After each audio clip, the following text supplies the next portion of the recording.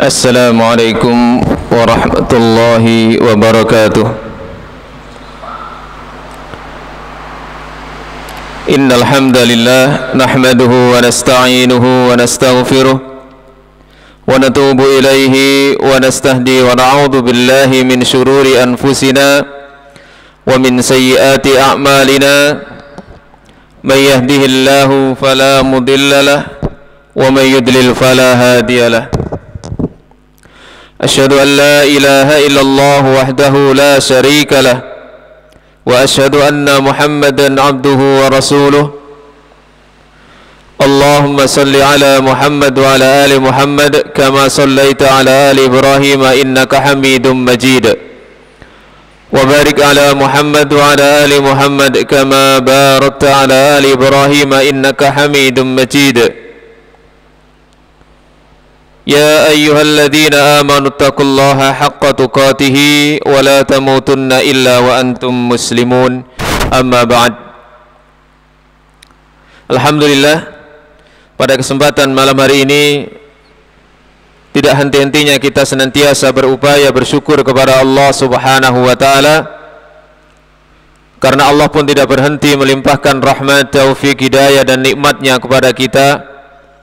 Bahkan syukur kita dibandingkan dengan nikmat Allah Subhanahu wa taala sungguh tidak sebanding.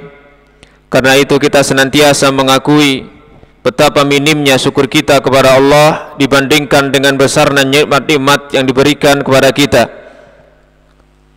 Sayyidul istighfar adalah bukti bahwa kita sangat sedikit bersyukur kepada Allah dibandingkan dengan banyaknya nikmat-nikmat Allah. Kita mengakui abu ulaka bi nikmatika alayya.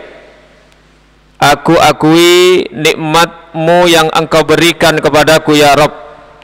Wa abu'u bi dzambi. Aku pun mengakui dosaku. Dosa karena tidak mampu mensyukuri nikmat-nikmatmu dengan sempurna. Karena itulah kita hendaknya senantiasa memohon ampun kepada Allah Subhanahu wa taala serta berupaya untuk mensyukuri nikmat-nikmatnya semampu kita dengan menggunakan nikmat-nikmat tersebut untuk mendekatkan diri kita kepadanya, sehingga Allah Subhanahu wa taala dengan minimnya rasa syukur kita kepadanya memberikan tambahan nikmat-nikmat lagi kepada kita. Malam hari ini kita lanjutkan kajian tafsir kita, bagian kedua, bagian yang terakhir dari surat Al-Insyiqaq, yaitu dimulai dari ayat 16 sampai dengan ayat yang ke-25. Baik, kita baca terlebih dahulu ayatnya. A'udzu billahi minasyaitonir rajim.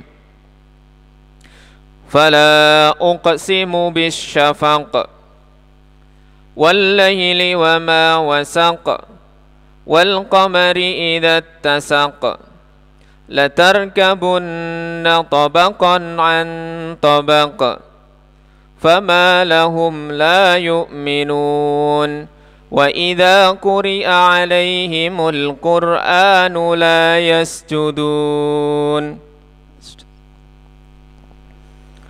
Allahu Akbar.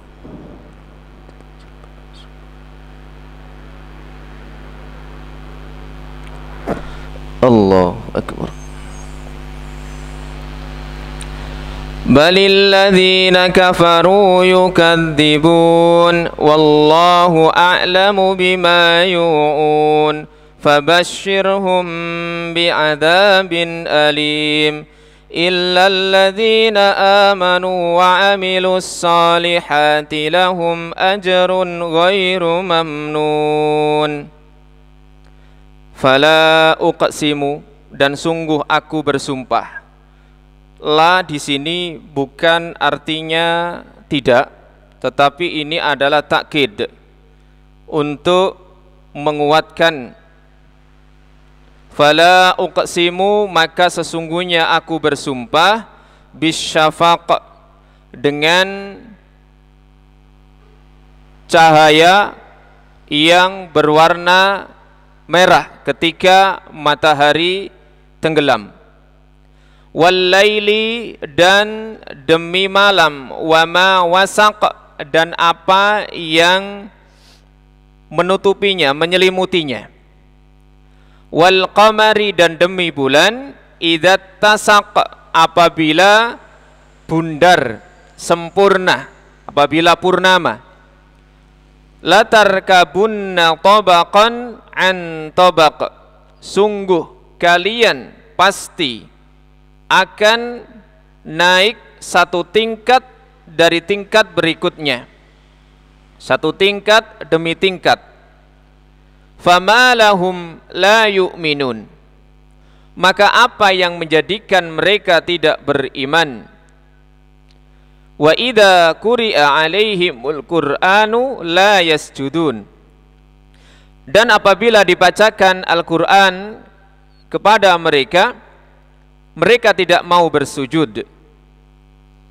Balil ladzina kafaru yukadzibun, bahkan orang-orang kafir mendustakannya. Wallahu a'lamu bima yu'un, dan Allah lebih mengetahui apa yang mereka sembunyikan. Fabashshirhum, maka berilah kabar gembira kepada mereka, bi'adzabin alim, dengan azab yang sangat pedih. Illal ladzina amanu, illa di sini kata para ulama bukan berarti kecuali, namun artinya adalah akan tetapi, walakin, akan tetapi orang-orang yang beriman, wa amilus solihat, dan beramal soleh, lahum ajrun, bagi mereka pahala, ghairu mamnun, yang tidak terputus. Al-Hafidz Ibnu Katsir rahimahullah ta'ala memberikan penjelasan tentang ayat-ayat yang kita baca tadi dengan menukil satu riwayat tentang makna asy-syafaq. Karena ayat pertama ini Allah Subhanahu wa ta'ala sungguh bersumpah dengan asy-syafaq. Nah, asy-syafaq ini maknanya adalah al-humrah, yaitu mega merah. Sebagaimana pula ini disampaikan oleh Abu Hurairah radhiyallahu anhu bahwa asy-syafaq itu maknanya adalah sesuatu yang putih setelah warna merah itu hilang. Dan inilah pendapat mayoritas para ulama, sebagaimana Al-Khalil bin Ahmad, bahwa makna asy-syafaq adalah al-humrah min ghurubis syamsi ila waqtil isya'il akhirah, bahwa yang dimaksud dengan asy-syafaq adalah mega merah dimulai dari tenggelamnya matahari sampai waktu isya yang akhir. Sehingga apabila dikatakan fa idza dhahaba, jika mega merah ini hilang, ghabas syafaq, mega merah telah lenyap. Ini sama dengan hadis Nabi sallallahu alaihi wasallam ketika menjelaskan tentang waktu maghrib. Beliau menyampaikan waktul maghribi malam yaghibis syafaq. Waktu maghrib itu waktunya sampai mega merah, selagi mega merah itu belum hilang. Selagi mega merah, ketika matahari tenggelam maka muncul warna kemerahan. Nah, ketika masih ada warna kemerahan itulah waktu maghrib masih ada. Nah, ketika warna merah itu, mega merah itu hilang, maka sudah habis waktu maghrib, mulailah masuk waktu isya. Ini kata para ulama tentang asy-syafaq yang dijadikan sumpah oleh Allah Subhanahu wa ta'ala. Fala uqsimu bisyafaq. maka sungguh aku bersumpah dengan as-safaq. Kemudian yang kedua, Allah Subhanahu wa taala bersumpah dengan al-lail, malam. Wal laili wa ma wasaq, dan malam dan demi malam dan apa yang menyelimutinya. Ai jama'a, seperti yang dijelaskan oleh Ibnu Katsir di sini, artinya adalah mengumpulkan wa ma wasaqa wa ma jama'a.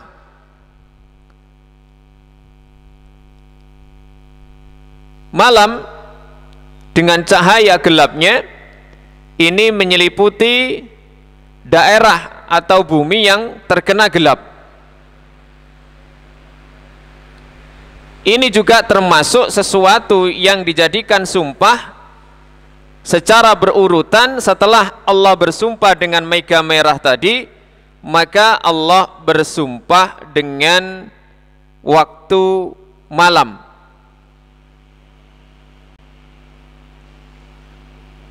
Kenapa Allah Subhanahu wa taala di awal bersumpah dengan mega merah, kemudian yang kedua bersumpah dengan waktu malam? Ini memang secara tertib waktunya sedemikian rupa. Jadi yang namanya malam itu kata para ulama adalah ketika mulai masuk waktu Isya.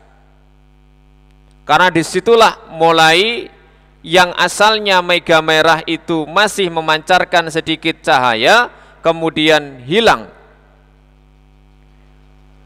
Maka di dalam hadis tentang masalah waktu-waktu sholat, salah satu yang disampaikan oleh Nabi SAW ketika menjelaskan waktu sholat Isya adalah bahwa waktu sholat Isya itu ketika mega merah itu hilang, ila nisfil lailil awsat, sampai pertengahan malam.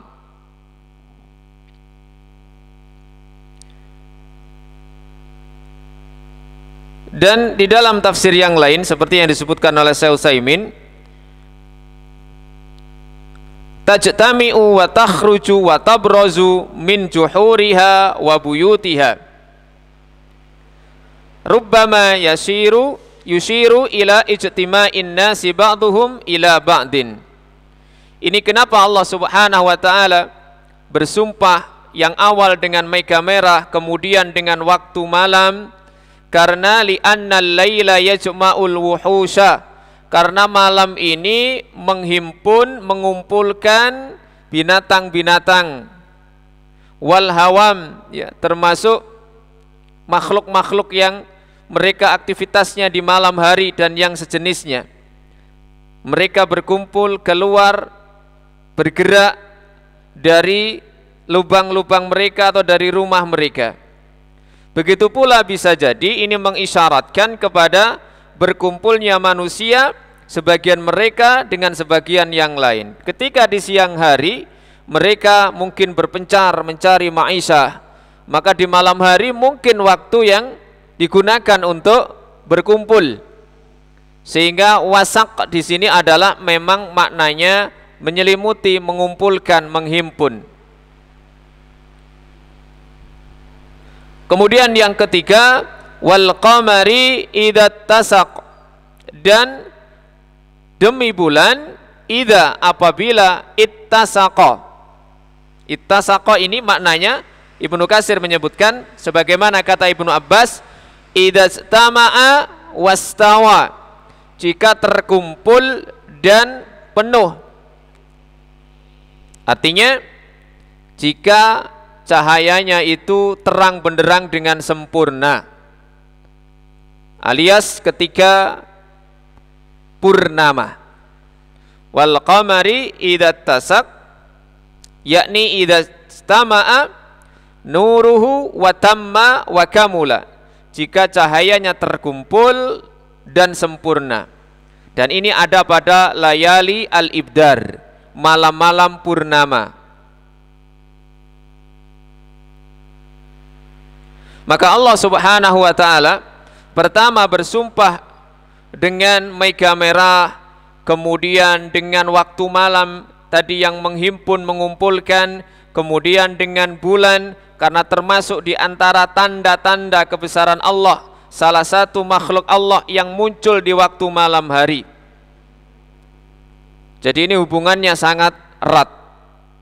Allah bersumpah dengan mega merah, kemudian setelah itu masuk ke waktu malam, dan di malam hari ada tanda atau ciptaan Allah yang muncul, yaitu bulan. Apalagi bulan itu di saat purnama sangat jelas kelihatan. Nah, setelah sumpah maka ada sesuatu yang sangat penting yang ingin Allah sampaikan. Ayat berikutnya, latarkabunna tabaqan an tabaq. Sungguh kalian pasti naik. Rakiba yarkabu itu artinya naik. Tabaqan satu tingkat, an tabaq demi tingkat, satu tingkat demi tingkat, satu tingkat ke tingkat yang lainnya. Artinya apa? Al-Bukhari menyatakan, satu riwayat dari Ibnu Abbas, maksud dari tingkat demi tingkat ini adalah halan ba'da halin, satu kondisi ke kondisi berikutnya. Dan yang dimaksud di sini siapa? Kata Ibnu Abbas, qala hadza nabiyyukum sallallahu alaihi wasallam. Ini adalah nabi kalian sallallahu alaihi wasallam. Kenapa? Karena dalam satu riwayat bacaan ini tidak dibaca latar kabunna, tidak dibaca dhammah baknya, tapi dibaca fathah, latar kabanna. Kalau latar kabunna itu yang diajak bicara dhamirnya jamak antum, ya. Jadi wawunya dihilangkan karena langsung masuk ke nun taukid tasdid menjadi latar kabunna. Kalau dibaca latar kabanna berarti dhamirnya anta, kamu. Maksudnya memang adalah Nabi Muhammad sallallahu alaihi wasallam. Tapi qiraah yang masyhurah dibaca dhammah, latar kabunna, yang terjemahannya adalah sungguh kalian.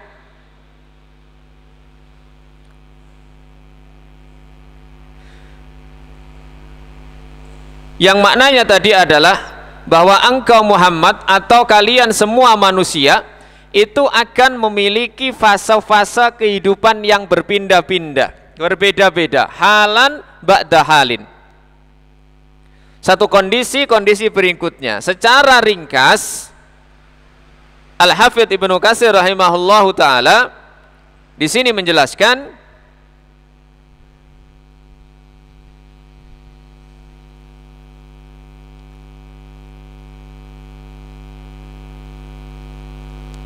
kondisi kalian itu ya, manzilan ala manzilin, berpindah dari satu tempat ke tempat berikutnya. Posisinya berpindah-pindah. Kadang ada di setempat ini, kemudian ternyata Allah mengendaki berpindah ke tempat yang lain. Atau amron ba'da amrin, kalian akan menghadapi permasalahan demi permasalahan yang berbeda. Permasalahan satu selesai, muncul permasalahan berikutnya. Halan ba'da halin, satu kondisi berganti kondisi berikutnya. Ada kalanya kita itu senang, ada kalanya kita susah. Ada kalanya kita ini berbahagia, ada kalanya kita ini mengalami gundah gulana. Kondisinya berpindah. Lebih jauh lagi dalam tafsir Syekh Utsaimin ini ada beberapa yang dimaksud dengan beberapa kondisi itu. Misalnya ahwalu zaman, bahwa manusia itu akan menghadapi perubahan zaman. Wa tilkal ayyamu nudawiluha bainan nas, dalam surat Ali Imran ayat 140. Itulah hari-hari yang kami putar akan berlaku di antara manusia, akan menghadapi masa yang berbeda. Fa yaumun yakunu fihi surur, ada hari yang di situ ada terjadi kesenangan, kebahagiaan, ya. Dan hari yang lain sebaliknya. Sehingga dengan berputarnya hari demi hari, maka kondisi manusia berbeda-beda. Yang kedua, al-amkinah yanzilul insan hadzal yaum manzilan. Ada pergantian tempat. Tadi saya jelaskan, ya. Manusia bisa di satu tempat saat ini, mungkin besok berbeda lagi, pindah lagi. Kemudian yang ketiga, al-abdan yarkabul insan fiha tabaqan an tabaqin wastama'a ila qaulillahi ta'ala. Ada perubahan fisik. Yang ketiga, kondisinya berubah. Kalau Allah sebutkan dalam surat Ar-Rum ayat 54, Allahul ladzi khalaqakum min dha'fin, Allah lah yang zat menciptakan kalian pertama dari fisik yang lemah ketika kita bayi. Summa ja'ala min ba'di dha'fin quwwah, kemudian dari lemah itu Allah jadikan kita memiliki kekuatan di masa muda, remaja. Summa ja'ala min ba'di quwwatin dha'fa wa syaibah. Nah, setelah kekuatan itu mencapai puncaknya, maka mundur kembali adanya kelemahan dan juga muncul yang namanya uban. Dari lemah kemudian kuat. Setelah puncak kekuatannya itu terjadi, maka kemudian turun lagi grafiknya, kembali melemah sampai kemudian rambutnya beruban wasaibah. Yakhluqu ma yasha, Allah menciptakan apa yang Ia kehendaki. Wa huwal alimul qadir, dan Dialah yang maha mengetahui lagi maha menentukan. Berpindah halan ba'da halin, dari lemah kuat balik lemah lagi. Yang keempat, berpindah dari sisi apa kondisinya ini? Halul qulub, kondisi hati kita. Ahwalul qulub hiya an-ni'mah wa hiya an-niqmah. Kondisi hati bisa jadi menjadi nikmah, bisa jadi menjadi ni'mah. Kalau nikmah itu karunia, kalau nikmah itu menjadi petaka. Wal qulubu kullu qulubi bani Adam baina asbi'aini min asabi'ir rahman. Nah, hati manusia itu berada di jari jemari Ar-Rahman. Allah membolak-balikkan sesuai yang Allah kehendaki. Jika Allah menghendaki, Allah sesatkan, Allah palingkan, Allah akan palingkan. Jika Allah menghendaki mendapatkan hidayah, Allah beri hidayah. Maka yang namanya hati itu memang sesuai dengan makna lughahnya, sesuai makna bahasanya, adalah sesuatu yang molak-malik, tidak tentu, ya.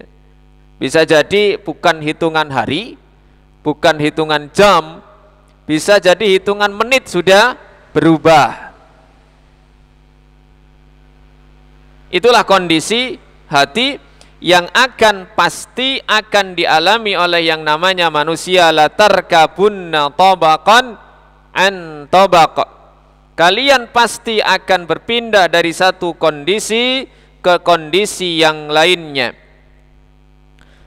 Al-Hafidz Ibnu Katsir rahimahullahu taala menyebutkan satu riwayat tentang makna tabaqan an tabaq ini, di mana riwayat ini bersumber dari sahabat Jabir bin Abdullah. Namun di komentarnya ini Al-Hafidz Ibnu Katsir rahimahullah menyebutkan riwayat ini mungkar karena sanadnya itu ada orang-orang yang lemah tetapi maknanya sahih. Jadi sanadnya ini bermasalah, banyak orang-orang yang perawinya ini lemah tetapi maknanya sahih. Kita akan bacakan riwayat ini. Jabir bin Abdullah mengatakan, sami'tu Rasulullah sallallahu alaihi wasallam yaqul, aku telah mendengar Rasulullah sallallahu alaihi wasallam bersabda, "Inna bna Adam lafi ghaflatin mimma khuliqa lahu." Sungguhnya anak Adam benar-benar dalam kelalaian dari apa yang ia diciptakan. Innallaha idza arada khalqahu qala lil malak. Sesungguhnya ketika Allah menghendaki makhluknya, maka Allah akan berkata kepada malaikat, "Uktub rizqahu." Tulis rizkinya. "Uktub ajalahu." Tulis ajalnya. "Uktub asarahu." Tulis bekas pijakan kakinya. Asar itu bekas pijakan. Dalam surat Yasin, "Wa naktubu ma qaddamu wa asarahum." Kami catat apa yang mereka kerjakan dan bekas-bekas pijakan kaki mereka. Ini makna yang pertama. Makna yang kedua adalah peninggalan mereka setelah mati. Apa? Asar, peninggalan setelah mereka mati itu apa? Apakah peninggalan yang baik sehingga dicontoh, diteruskan oleh orang lain, ataukah peninggalan yang jelek? Uktub syaqiyan au sa'idan.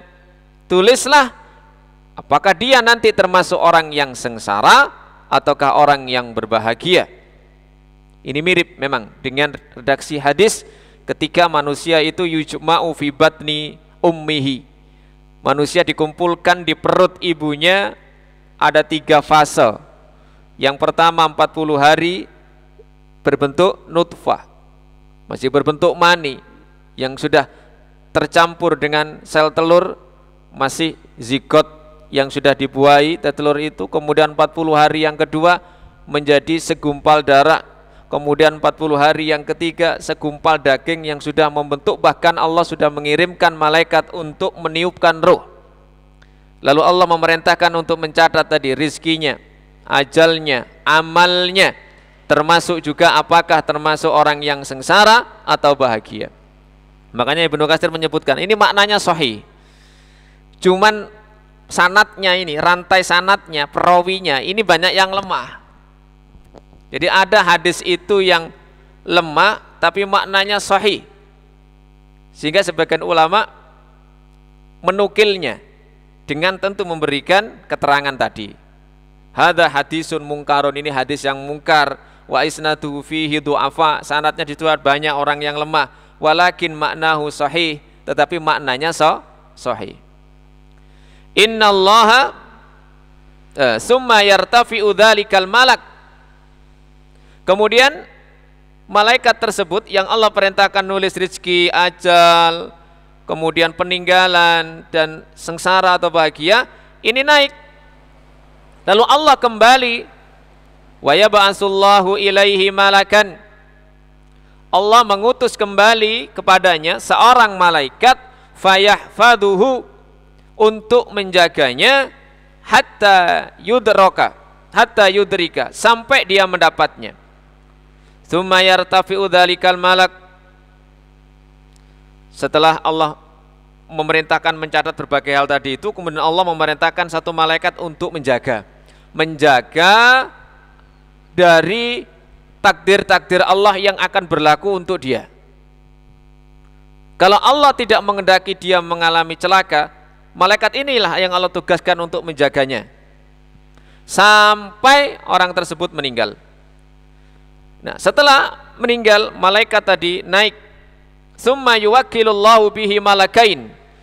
Kemudian Allah mewakilkan atau memberikan tugas kepada 2 malaikat, yaktubani hasanatihi wa sayyiatihi, untuk mencatat kebaikan-kebaikan dia, kejelekan-kejelekan dia. Fa idza hadarahul mautu irtafa'a dzalikal malakani. Jika kematian sudah menghampiri dia, maka kedua malaikat ini naik, waja'ahu malakul maut. Kemudian gantian yang datang adalah malakul maut. Faqabadha ruhahu, kemudian mencabut ruhnya. Fa idza dakhala qabrahu, jika orang ini masuk kuburnya. Jadi tugas-tugas malaikat berbeda. Mulai sejak orang itu di dalam kandungan sudah ada petugas malaikat sendiri. Ketika lahir sudah ada petugas malaikat sendiri.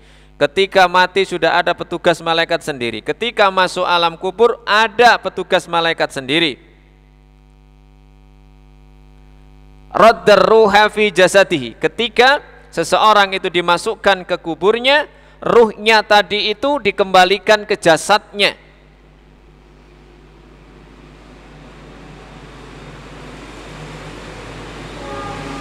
Maka Al-Hafidz Syekhul Islam Ibnu Taimiyah, beliau mengatakan bahwa manusia di kuburan itu, di alam kubur, di barzah itu merasakan nikmat dan azab ruh sekaligus jasad.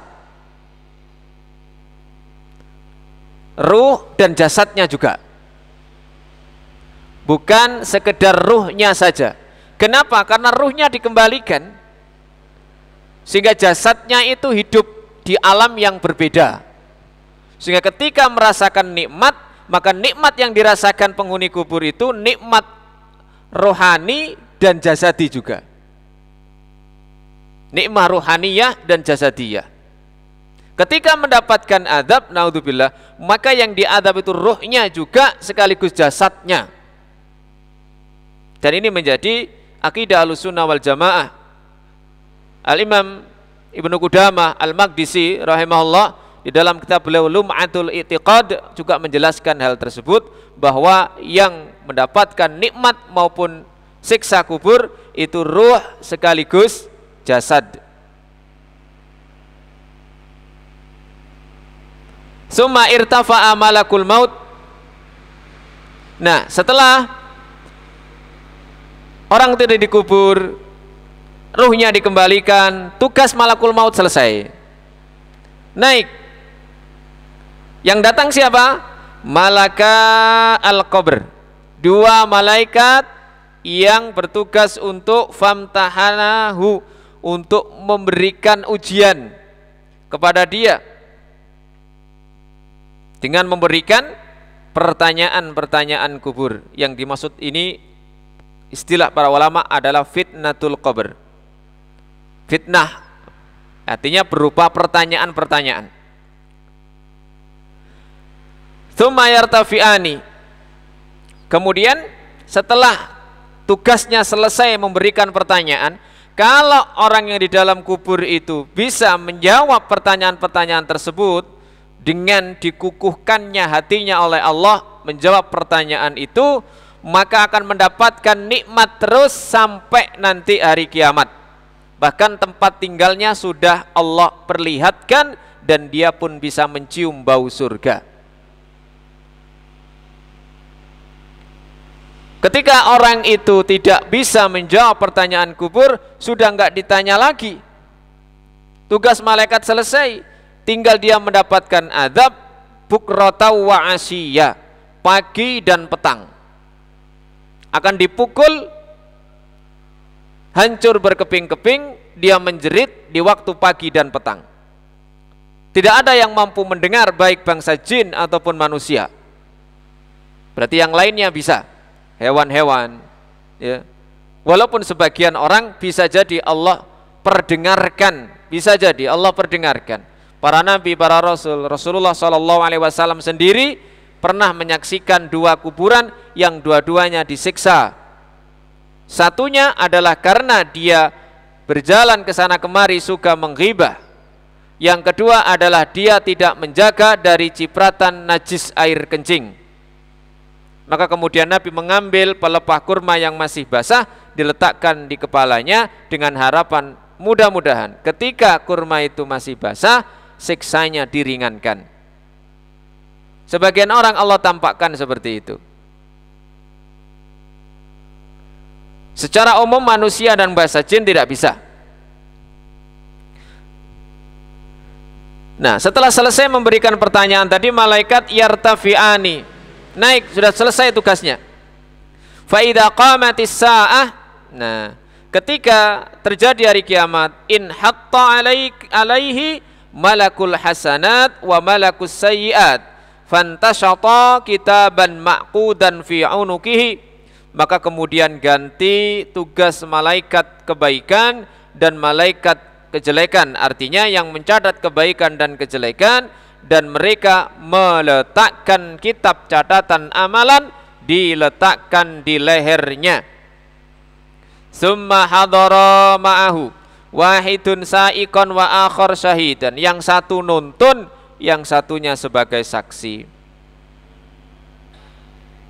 Inilah kemudian yang Allah firmankan dalam surat Qaf ayat 22, laqad kunta fi ghaflatin min hada, sungguh kalian dulu lalai dari hal seperti ini, lalai dari peringatan-peringatan para nabi, para rasul, orang-orang yang memberikan peringatan bahwa akan terjadi masa-masa seperti ini. Kemudian Rasulullah sallallahu alaihi wasallam latarkabunna tabaqan an tabaq, membaca ayat tadi, latarkabunna tabaqan an tabaq, qala halan ba'da halin, satu kondisi berikutnya.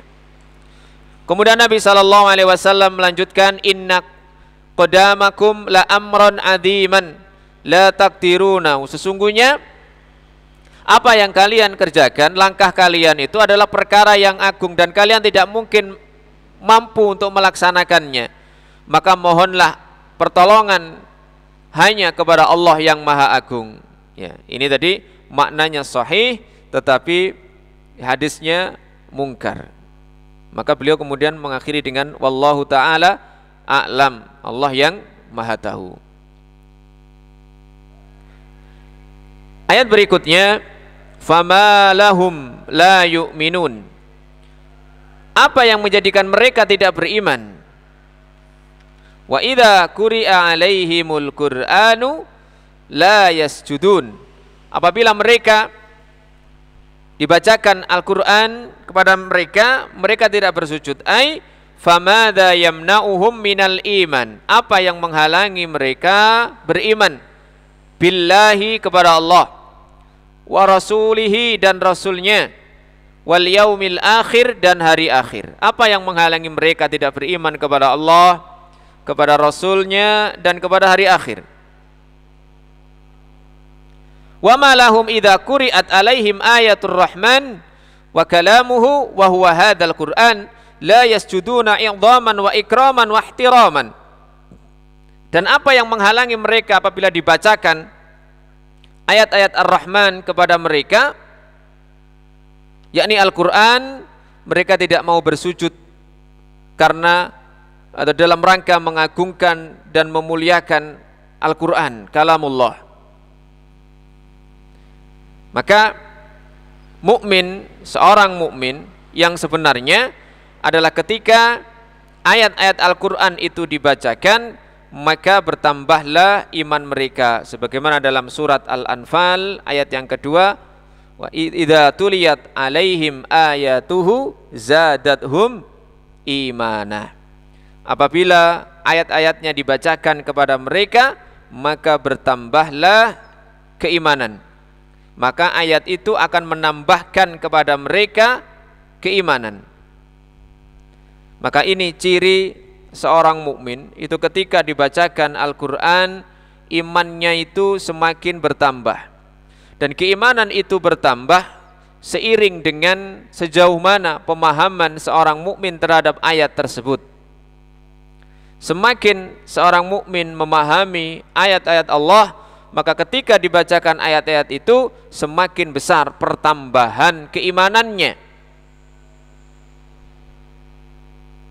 Semakin sedikit pemahaman seorang mukmin terhadap Al-Quran, maka semakin sedikit pula penambahan keimanan ketika ayat-ayat itu dibaca.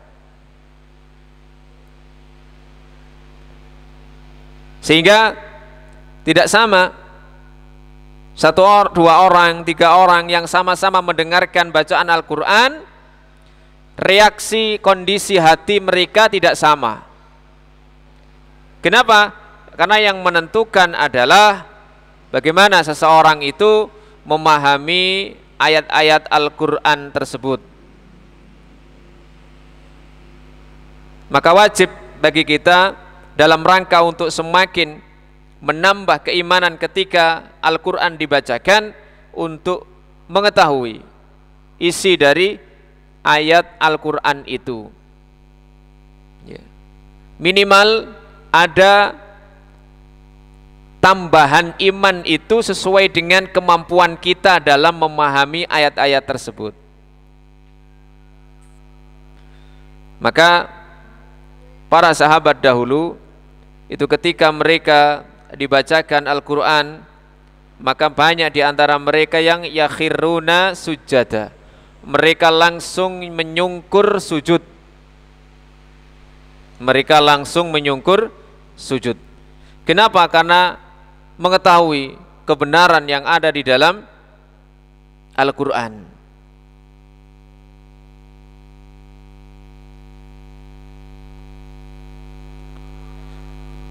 Makna sujud di sini adalah la yahdu'una lillahi azza wa jal, fas-sujud huna bimakna al-khudu'. Makna sujud di sini adalah tunduk. Wa illam tasjud 'alal ardi lakin yasjudul qalbu wa yalinu wa yadhillu in kana al-amru kadzalika fa anta minal mu'minin.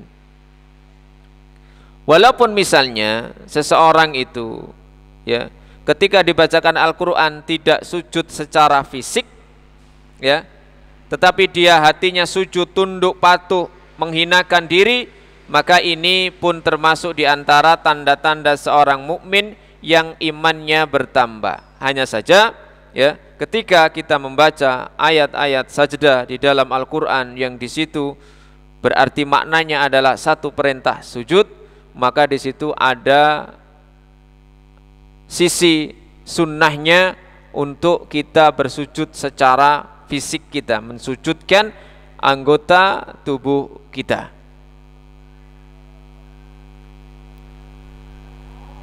Balil ladzina kafaru yukadzibun, bahkan justru orang-orang kafir itu mendustakan. Mereka tidak beriman kepada Al-Quran, tidak tunduk ketika dibacakan ayat-ayat Al-Quran, justru mereka mendustakannya. Ai min sajiyatihim at-takdzib wal inati wal mukhalafa lil haq. Mereka mendustakan, membangkang, menyelisihi kebenaran. Mereka tidak mau tunduk taat patuh kepada Al-Quran, justru mereka mendustakan, membangkang dan menyelisihi Al-Quran. Wallahu a'lamu bima yu'un, dan Allah maha mengetahui apa yang mereka sembunyikan. Ayaktumuna fi sudurihim, yang mereka sembunyikan dalam hati mereka. Maka kemudian oleh Allah subhanahu wa ta'ala ini diberi kabar gembira, tapi kabar gembira yang niatnya untuk ngece bahasa kita. Fabasyirhum, beri kabar gembira mereka. Bergembira apa? Bi adzabin alim, dengan azab yang pedih. Wong kabar gembira kok disiksa, ya. Jadi ini satu bentuk apa namanya, istihza, ya, bahasa Jawanya ngece, meledek, ya, orang-orang kafir yang mereka tidak mau beriman terhadap Al-Quran. Jadi tidak diberi kabar buruk. Kalau kabar buruk kan sudah kelihatan dari awal. Kabar gembira, tapi dengan adab yang pedih. Artinya suruh saja mereka menikmati kondisi mereka yang mendustakan Al-Quran terus menerus. Ai akhbirhum ya Muhammad bi annallaha azza wa jalla qad a'adda lahum adaban alima. Kabarkan kepada mereka bahwa Allah menyiapkan bagi mereka azab yang sangat pedih. Ya.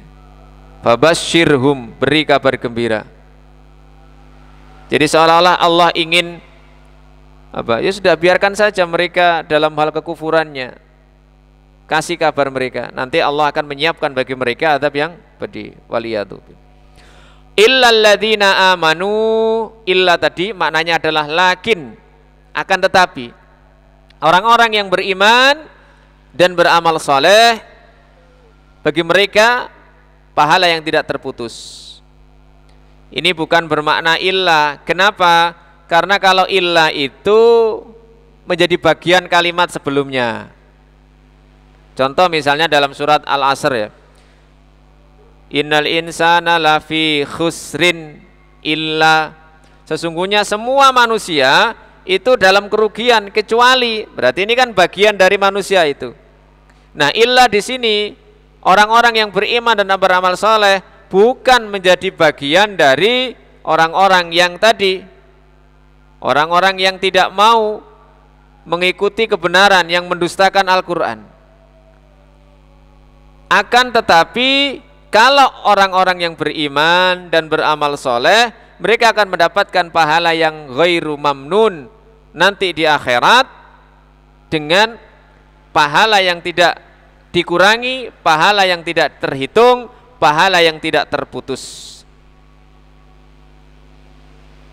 Makanya di sini hadza istisna'u munqati' yakni lakin. Nah, ini Ibnu Katsir mengatakan, ini istisna yang terputus, bukan istisna yang muttasil, yang nyambung.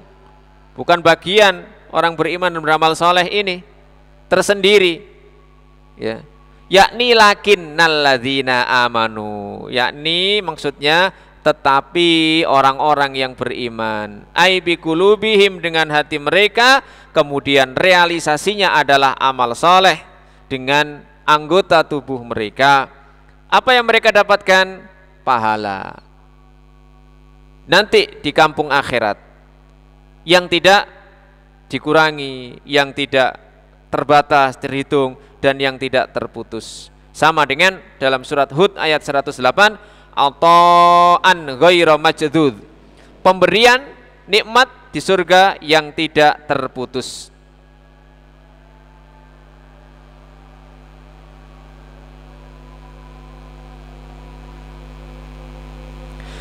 Wahadal qaul, ini di akhir penjelasan Ibnu Katsir begini. Wahadal qaul al-akhir an ba'dihim qad ankarahu ghairu wahid. Pendapat yang terakhir ini dari sebagian mereka telah diingkari bukannya satu orang. Fa innallaha azza wa jalla lahul minnah ala ahli jannah fi kulli halin.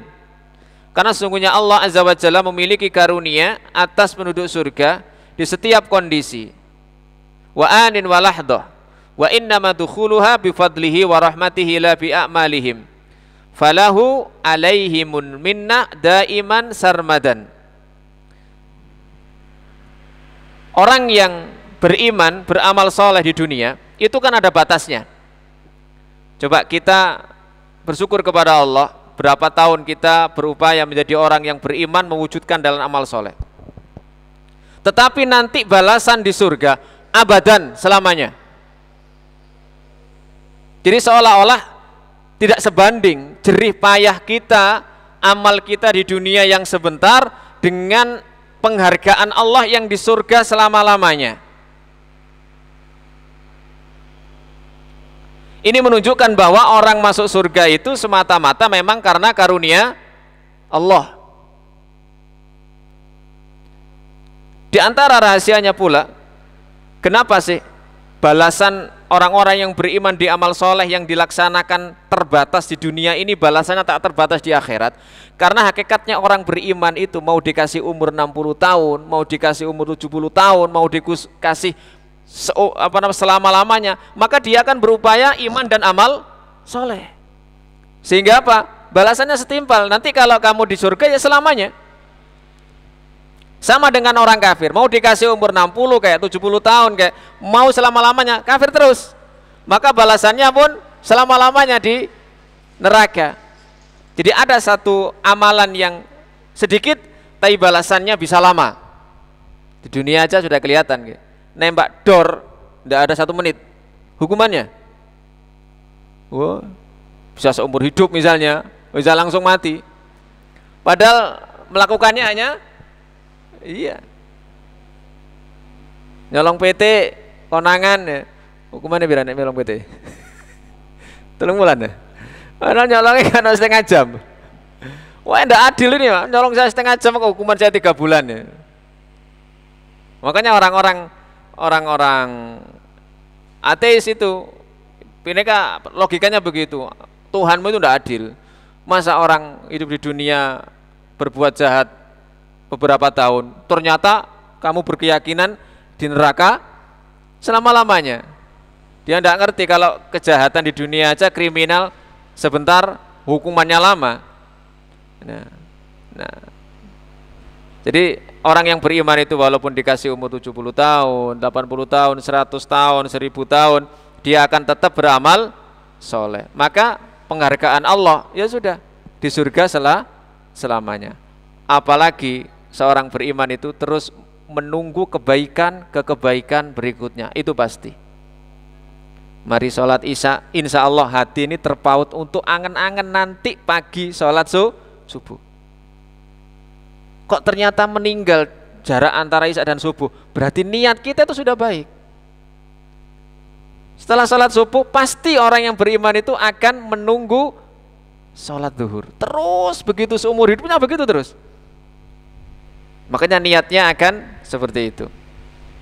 Wallahu a'lam bishawab. Ya, mudah-mudahan Allah Subhanahu wa taala senantiasa memberikan taufik kepada kita dan juga kaum muslimin agar senantiasa berupaya untuk melakukan sesuatu yang memiliki manfaat jangka panjang di akhirat kelak, dan juga mudah-mudahan Allah Subhanahu wa taala senantiasa memberikan kita taufik untuk memberikan amalan yang terbaik menjadi akhir dari amalan kita di dunia. Amin ya rabbal alamin. Subhanakallahumma wa bihamdika asyhadu an la ilaha illa anta astaghfiruka wa atubu ilaik. Wassalamualaikum warahmatullahi wabarakatuh.